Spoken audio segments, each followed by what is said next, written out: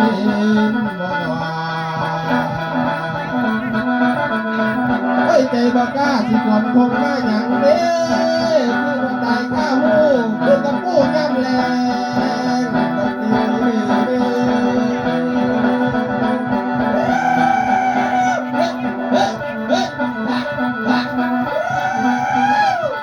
โอ้ยดีเด้สนุกแต่ความเล่นความกินก็พ่อเพิ่นปีนี้เด้สนุกแต่ความเบาสู้เต้นสิสอนก็บ่มีดอกนามีแต่ปอดอ้อยซ้อยเสมอดังตองตัดเฮ้ยปัดจะเป็นปลาแดกขึ้นบ่มีน้องเอ้ยสิมาไต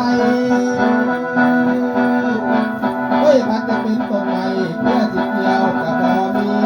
ดอกนา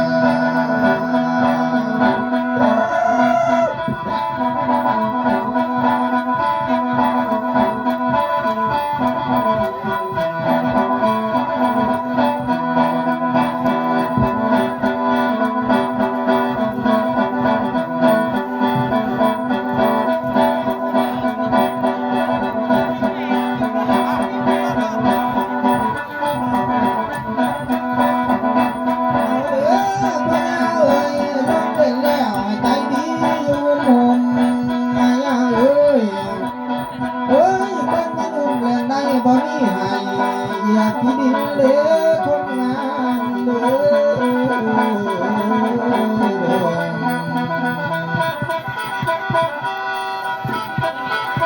เอาไอ้เตียงคือดาวเอาไอ้เท้าคือผายใส่นางงา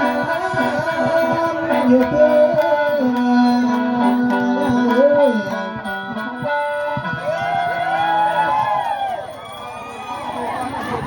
แล้วก็ผ่านไป